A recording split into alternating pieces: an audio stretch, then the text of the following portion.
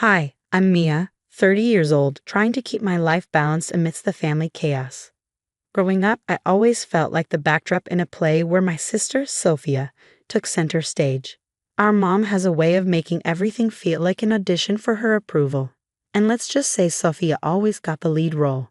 It's not Sophia's fault, though. She's been going through a tough time after her divorce.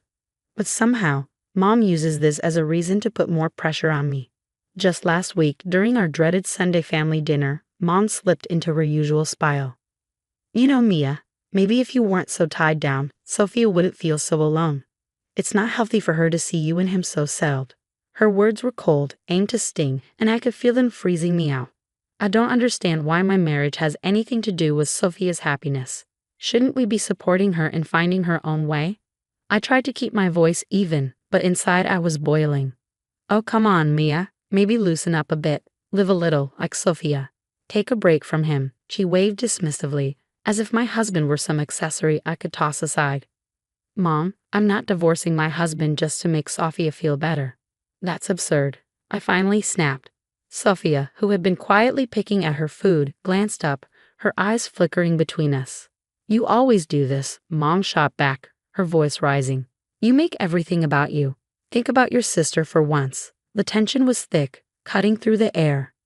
But for once, Sophia spoke up. Actually, Mia has a point. Her voice was shaky but firm. I don't need her to be single to feel better. This isn't about me, is it, Mom? Silence filled the room. Mom's face tightened, her eyes narrowing as she turned to Sophia. So you're on her side now? The dinner ended in cold, clipped goodbyes. On the drive home, my husband reached over and held my hand, his silent support steadying me. But the weight of Mom's words sat heavy between us. After a long silence, he finally spoke, his voice careful. Maybe your mom has a point. If this keeps up, it could start affecting us. I sighed, watching the city lights blur outside the window. I know, but what can I do? She's my mom. I can't just cut her off, can I? He didn't answer, and we spent the rest of the drive lost in our own thoughts. The week after that disastrous dinner, tension was building like a storm. My phone buzzed incessantly with texts from Mom, each one more insidious than the last. Just heard from Janice, from book club. She saw him with someone at the cafe. They seemed close, too close. Thought you should know. I stared at the screen, disbelief turning into frustration. It was ludicrous, but the seed was planted, and that's all she needed. I needed answers, face to face. When I walked into Mom's house later that day, the air was thick with the scent of her rose candles, an ironic attempt at peace. She was in the kitchen, humming a tune, pretending nothing was wrong. Mom, we need to talk. My voice was firm. She turned, her face a picture of practiced concern. What's wrong, dear? Don't play dumb. The messages about my husband. Why are you spreading lies? Her response was cool, detached. I'm just looking out for you, Mia. People talk. I thought you should know. And you believe them without asking me? Without proof? You're trying to stir up trouble. My pulse quickened with anger. Trouble? No, I'm saving you from it. Maybe you're too close to see what's really going on. Just then, Sophia walked in, catching the end of our argument. What's going on? Mom's been spreading rumors that my husband's cheating based on some cafe gossip. I explained, barely containing my frustration. Sophia looked between us torn. Mom, why would you do that? If there's nothing to it, no harm done, right? But if there is, wouldn't you want to know? Mom's voice was the epitome of evasion. By breaking up her marriage over rumors? Sophia's voice rose in rare defiance. Is that how we handle things now? Mom played her victim card. I'm being attacked here for caring, for loving my daughters enough to make sure they aren't being deceived. How is that wrong? I grabbed my phone, my resolve hardening. This isn't love, Mom. It's control, and I'm not standing for it anymore. Sophia and I left together, the divide Mom tried to create between us now a bridge. As we stepped outside, the cool evening air chilled our heated faces. I'm sorry, Mia, Sophia said quietly, for not seeing it sooner. For everything. It's not your fault. We're in this together now, right? I squeezed her hand, a simple gesture filled with unspoken promises. The family reunion was supposed to be a celebration, a festive gathering at our ancestral home. But as the sun dipped lower, the mood shifted, like the quiet before a storm. Mom had orchestrated the perfect scene. Flowers, fairy lights, but underneath things were far from perfect. She clinked her glass, calling for attention. Family is everything, she began. It's about supporting each other, making sacrifices, like Sophia, who's come out stronger after her divorce. She smiled at Sophia, who managed a weak nod, then turned her gaze to me. Her smile faded. And then there's Mia, so settled in her little world she can't see beyond it.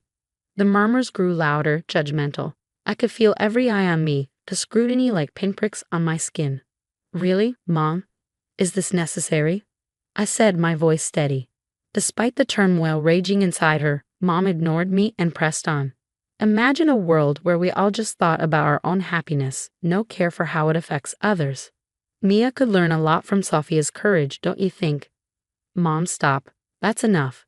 Sophia's voice cut through the air, sharper than I'd ever heard it. The crowd gasped, stunned. Mom looked caught off guard, her well-rehearsed script suddenly disrupted. Why are you doing this? Sophia continued, stepping closer to me, forming an unspoken barrier between us and Mom. Why can't you just be happy for Mia? She's not living her life at anyone's expense. She's been supporting me more than anyone. Mom quickly recovered, her voice cold and calculated. So you think undermining me changes the truth? Mia is selfish, and you, Sophia, are blinded by sisterly love. I'm not blind, Mom. I see perfectly well, Sophia shot back, her usual calm replaced by a fierce defiance. It's cruel to use a family gathering to air your biased grievances. The family around us began murmuring, tension palpable as people chose sides. Mom raised her hands in a gesture of supposed peace. You're both my daughters, and I love you. But sometimes love means telling hard truths. Mia, you need to think about more than just yourself and your perfect little marriage.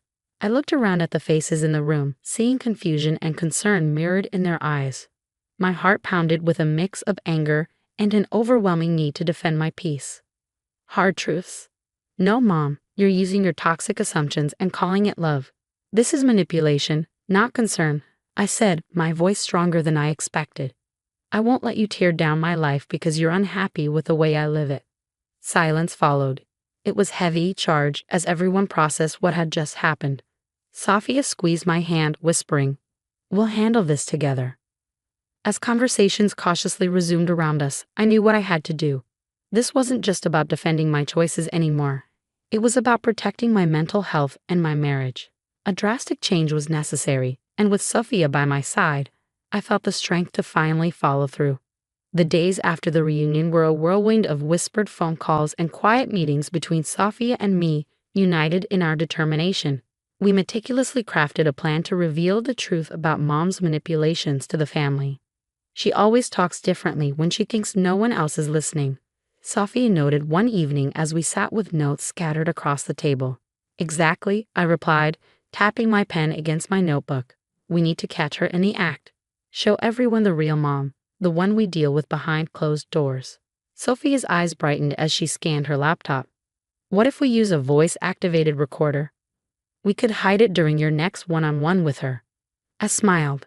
Perfect. She's invited me for tea on Saturday, thinking it's to mend fences. Little does she know. Saturday arrived, and with it, a knot of nerves in my stomach. The recorder was hidden in my purse, discreetly positioned to capture every word. Mom greeted me with her usual tight smile and ushered me into the kitchen. As we sat down with tea between us, she didn't waste any time. Mia, darling, I've been thinking about our little discussion at the reunion. I want to help you understand where I'm coming from. I nodded, my heart racing, knowing every word was being recorded. Go on. She continued, her tone laced with condescension. Sophia needs us now more than ever, and your stubborn independence could set a bad example. I'm only trying to look out for the family. And by looking out, you be trying to control my life, telling me how to be a wife. I kept my voice calm, steering her towards revealing more. It's not just about you, Mia. Sometimes we have to make sacrifices for the greater good. If that means adjusting your life, so be it. She leaned forward, her voice dripping with a fox sincerity that made my skin crawl. The conversation went on, Mom unknowingly laying bare her manipulative mindset, all caught on tape. The following week, we gathered the family again. this time under the guise of clearing the air. The tension in the living room was thick, everyone bracing for another showdown. But this time, Sophia and I were in control. "Thank you all for coming," I began, standing with Sophia by my side. "We believe it's important for everyone to see the full picture of what's been happening."